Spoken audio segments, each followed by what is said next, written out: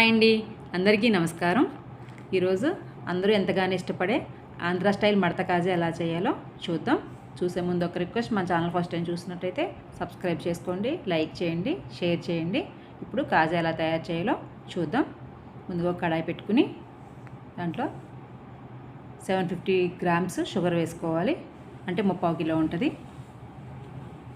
3/4 kilo పంచదారకి 2 గ్లాసులు water వేసుకుంటున్నాను. 1/2 litre water ఉండొచ్చు. ఇది ఒకసారి కలిపేసుకుని పాకం పట్టుకుందాం. ఇప్పుడు మైదా తీసుకుందాం. 1/2 కిలో మైదా తీసుకున్నాను. 1/2 కిలో మైదాలో వేడివేడిగా మరిగించిన నెయ్యి వేసుకుంటున్నాను. 125 ml ఉంటుంది ఇది. నెయ్యి ప్లేస్లో నూనె వేసుకోవచ్చు, డాల్డా కూడా వేసుకోవచ్చు, ఏది వేసుకున్నా పర్వాలేదు. వేడిగా ఉంటుంది కదా, ఒకసారి ఇట్లా ఫోర్క్తో ఒకసారి కలిపేసుకుందాం. 1/2 ఆయిల్ 1/2 నెయ్యి కూడా వేసుకోవచ్చు. ఇలా నెయ్యి అంతా ఒకసారి పిండికి పట్టించేయాలి.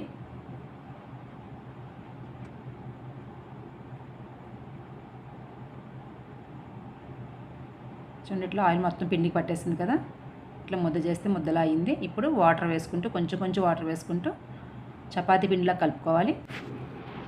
నీళ్ళు ఒక్కసారి ఎక్కువ వేసుకోకుండా కొంచెం వేసుకుంటూ పిండి చాలా స్మూత్గా కలుపుకోవాలి.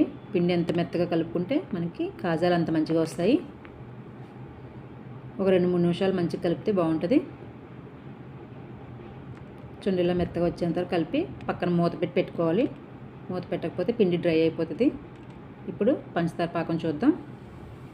మరీ ముదురు పాకం ఏం రావసరం లేదు. గులాబ్ జామ్ పాకం కన్నా కొంచెం ఎక్కువ, తీగ పాకం కన్నా కొంచెం తక్కువ వస్తే సరిపోద్ది. కొంచెం జిడ్డుగా తాగితే సరిపోతుంది. అది రెడీ అయిపోయింది, పక్కన పెట్టేద్దాం. ఇప్పుడు స్టవ్ వెలిగించుకుని కడాయి పెట్టుకుని ఆయిల్ వేసుకుందాము. ఆయిల్ కాగేలోపు వేరే పని చూద్దాం. మళ్ళీ ఒకసారి పిండి కలుపుకుని వీటిని 3 పార్ట్లుగా డివైడ్ చేసుకుందాం.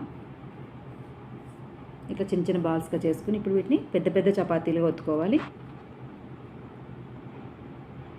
పిండి వేసుకుని చపాతీల్లో ఒత్తుకుందాం. ఎంత పలుచగా వీలైతే అంత పలుచగా చపాతీలు ఒత్తుకోవాలి.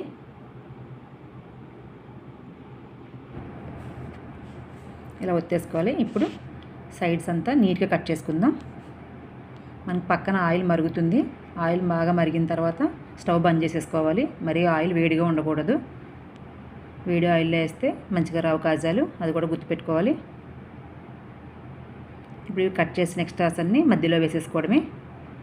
ఇలా వేసేసుకుని వీటిపైన పిండి ఒకసారి ఇలా చల్లేసుకుని ఇప్పుడు వీటిని మంచిగా రోల్ చేసేసుకోవాలి. టైట్గా రోల్ చేసుకుని ఎడ్జెస్లో వాటర్ పెట్టుకుని సీల్ చేసేసుకోవాలి. వీటిని కూడా సైడ్ నీట్గా కట్ చేసేసుకుని తీసేసుకుందాం. ఇప్పుడు ఒక 1/2 ఇంచ్ మందం చిన్న పీసెస్గా కట్ చేసుకోవాలి. ఒకసారి ఇట్లా వేలుతో నొక్కి వీటిని చపాతీ రోల్తో ఇట్లా ఒత్తేసుకుంటే మనకి కాజాలు వేయించుకోవడానికి రెడీ అయిపోతాయి. ఇలా అన్నీ ఒత్తేసుకోవాలి. ఇప్పుడు వీటిని డీప్ ఫ్రై చేసుకుందాం. నేను ఆల్రెడీ స్టవ్ బంద్ చేసి పెట్టాను. ఆయిల్ మరీ వేడిగా ఉండకూడదు. ఇప్పుడు వీటన్నిటిని ఆయిల్లో వేసేసుకుందాం. అన్నీ ఆయిల్లో వేసిన తర్వాత ఒక 30 సెకండ్స్కి నెమ్మదిగా పైకి లేస్తాయి. అవి పైకి లేచిన తర్వాత అప్పుడు మనం మళ్ళీ స్టవ్ వెలిగించుకోవాలి. ఇప్పుడు ఇట్లా కొడుతూనే ఉండాలి. ఆయిల్ అట్లా తడుతూ ఉంటే పొరల్లోకి ఆయిల్ మంచిగా వెళ్ళి కాజాలు మంచిగా పొంగుతాయి. చాలాసేపు ఇట్లా కొడుతూనే ఉండాలి. చూడండి, మంచిగా పైకి లేస్తున్నాయి, పొంగుతున్నాయి. ఇట్లా మనం తడుతూ ఉంటే మంచిగా పొంగుతాయి.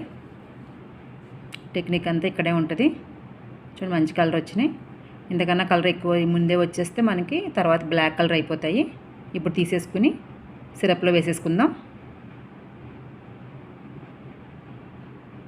ఇట్లా వేడివేడిగా ఉన్నప్పుడు వేసేసుకుంటే మంచిగా పాకం అంతా తీసుకుంటుంది.